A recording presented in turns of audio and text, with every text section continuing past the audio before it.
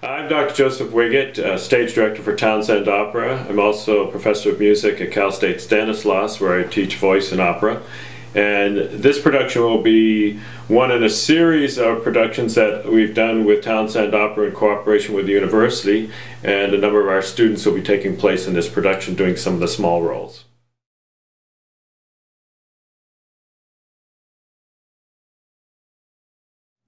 The update is part of the Townsend Opera's kind of continuing plan to create operas that are more accessible to people of our generation.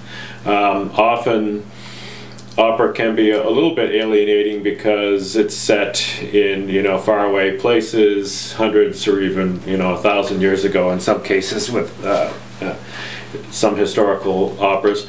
And so we wanted to kind of bring it closer to the people that are our audience members. And so I thought by bringing it into the late 70s, early 80s, that kind of era, during the AIDS epidemic, that our audiences could relate to the subject matter a little bit more easily.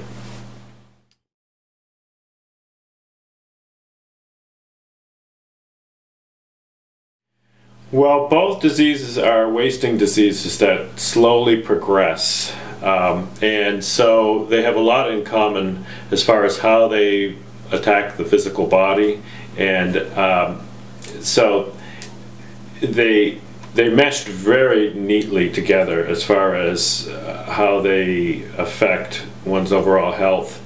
And tuberculosis in its time was the scourge of its time as far as the diseases go, and of course AIDS is the scourge of our time. So both of them have a lot of connections.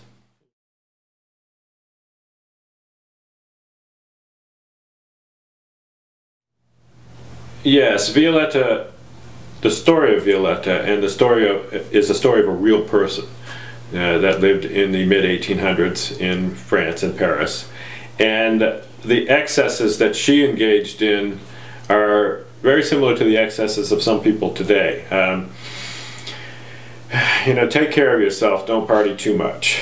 She really ended up killing herself in many ways. Although she had a disease that was incurable, she probably could have lived quite a bit longer had she not engaged in just a total excess. She partied all the time, didn't get enough sleep, was up till 2, 3, 4 in the morning, and engaged in all kinds of activities that today would be, considered rather sketchy. So it's a cautionary tale for people on how to handle their lives.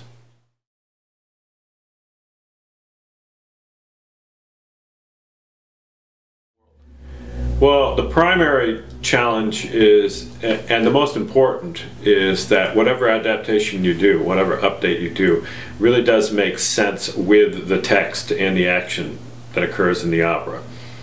You can kind of paste on some type of adaptation or an update, but if it really doesn't make sense, that if the text and what you're doing on stage, or how you've got people costumed, or how the set is lit, don't coincide, then you've got a problem. The audience gets confused. So it's a tricky thing to do an update.